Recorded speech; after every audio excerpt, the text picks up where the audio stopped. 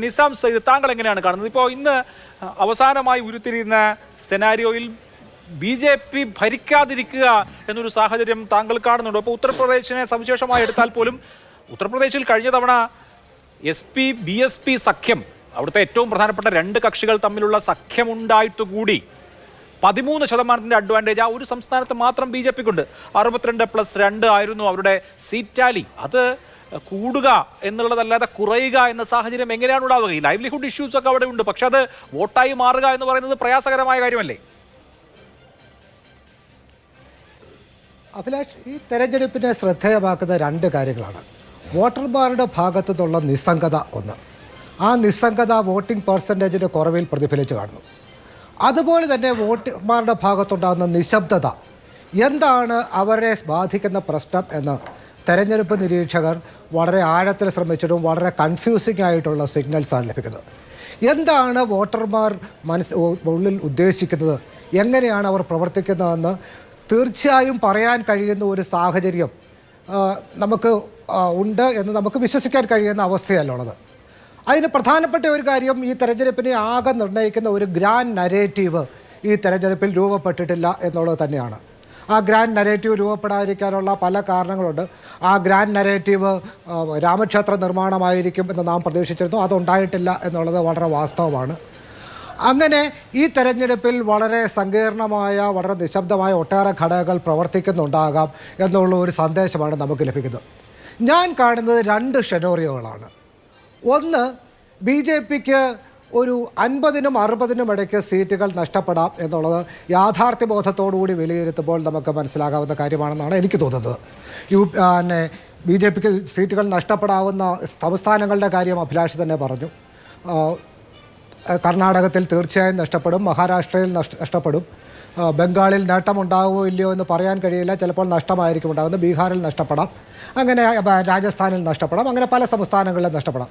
ഒരു 60-നും 70-നും ഇടയ്ക്ക് BJPക്ക് സീറ്റുകൾ നഷ്ടപ്പെടാനുള്ള ഒരു സാധ്യതയുണ്ട്. അതിനെ ബാധിക്കാവുന്ന മറ്റൊരു വിഷയം, ഈ തെരഞ്ഞെടുപ്പുമായി ബന്ധപ്പെട്ട് പല മണ്ഡലങ്ങളിലും നോർത്ത് ഇന്ത്യയിൽ കാണുന്ന RSSൻ്റെ നിസ്സംഗതയാണ്. നോർത്ത് ഇന്ത്യയിൽ നിന്നുള്ള പല വ്യക്തികളും പല നിരീക്ഷകരും എന്നോട് പറഞ്ഞത് RSSൻ്റെ സഹകരണം ഈ തെരഞ്ഞെടുപ്പുകളിൽ ഗ്രൗണ്ട് ലെവലിൽ വളരെ കുറവാണ് എന്നുള്ളതാണ്. അതിൻ്റെ പല കാരണങ്ങളുണ്ട്. RSSനെതിരെ പരസ്യമായി BJPയുടെ പ്രസിഡന്റ് രംഗത്ത് വന്ന് നമ്മൾ കണ്ടു.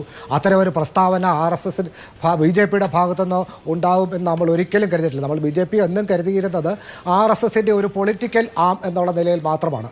RSSൻ്റെ നയങ്ങൾ തീരുമാനിക്കുന്നതും RSSൻ്റെ ഭാരവാഹികളെ തീരുമാനിക്കുന്നതും എല്ലാം എക്കാലവും BJPയുടെ നയങ്ങളെ തീരുമാനിക്കുന്നതും BJPയുടെ ഭാരവാഹികളെ തീരുമാനിക്കുന്നതും ഒക്കെ എന്നും എക്കാലവും RSS ആയിരുന്നു. അപ്പോൾ RSSൻ്റെ ഒരു പൊളിറ്റിക്കൽ ആം എന്ന നിലയിലാണ് നാം എന്നും എക്കാലവും BJP കണ്ടുള്ളത്. പക്ഷേ RSSും BJPയും തമ്മിലുള്ള ഈ പൊക്കിൾക്കൊടി ബന്ധം ശോഷിക്കുന്നത്, അത് ദുർബലമാകുന്ന ഒരു കാഴ്ചയാണ് ഈ തെരഞ്ഞെടുപ്പിൽ കണ്ടത്. അതിന് പല കാരണങ്ങളുണ്ട്. മോഡിയുടെ അപ്രമാദിത്വം RSSനെ അസ്വസ്ഥമാക്കുന്നുണ്ട് എന്നുള്ളൊരു യാഥാർത്ഥ്യമാണ്. RSSൻ്റെ അണികളെ, RSSൻ്റെ അവരുടെ ആദർശങ്ങളിൽ വിശ്വസിച്ചുകൊണ്ട് നിസ്വാർത്ഥരായി പ്രവർത്തിച്ചുകൊണ്ടിരുന്ന അവരുടെ പ്രവർത്തകരെ, പരിചാരകരെ ഒക്കെ BJP വളരെ വലിയ രീതിയിൽ കറപ്റ്റഡ് ആക്കിയിരിക്കുന്നു എന്നുള്ള ഒരു ആരോപണം RSSനുണ്ട്. അങ്ങനെ കറപ്റ്റഡ് ആക്കി കഴിഞ്ഞാൽ ദീർഘകാല അടിസ്ഥാനത്തിൽ അത് RSSന് നഷ്ടമാകും, RSSൻ്റെ പതനത്തിലേക്കാവും നയിക്കുക എന്നുള്ള വിലയിരുത്തലുണ്ട്. മാത്രവുമല്ല, ഏതാണ്ട് 4/1 സീറ്റുകളിൽ, ഏതാണ്ട് 120ഓളം സീറ്റുകളിൽ BJP നിർത്തിയിരിക്കുന്നത് RSS ബാക്ക്ഗ്രൗണ്ട് ഇല്ലാത്ത സ്ഥാനാർത്ഥികളെയാണ്. മറ്റു പാർട്ടികളിൽ നിന്നും വന്ന ഏതാണ്ട് 120ഓളം സ്ഥാനാർത്ഥികൾ BJPക്ക് വേണ്ടി മത്സരിക്കുന്നുണ്ട്. ഇവർ മത്സരിക്കുന്ന സീറ്റുകളിലൊക്കെ RSSും BJPയും തമ്മിലുള്ള കോർഡിനേഷൻ വളരെ ദുർബലമാണ് എന്നുള്ള നമുക്കറിയാൻ കഴിയുന്നത്. അത് തെരഞ്ഞെടുപ്പ് പ്രചരണത്തെ വളരെ കാര്യമായി ബാധിക്കുന്നു.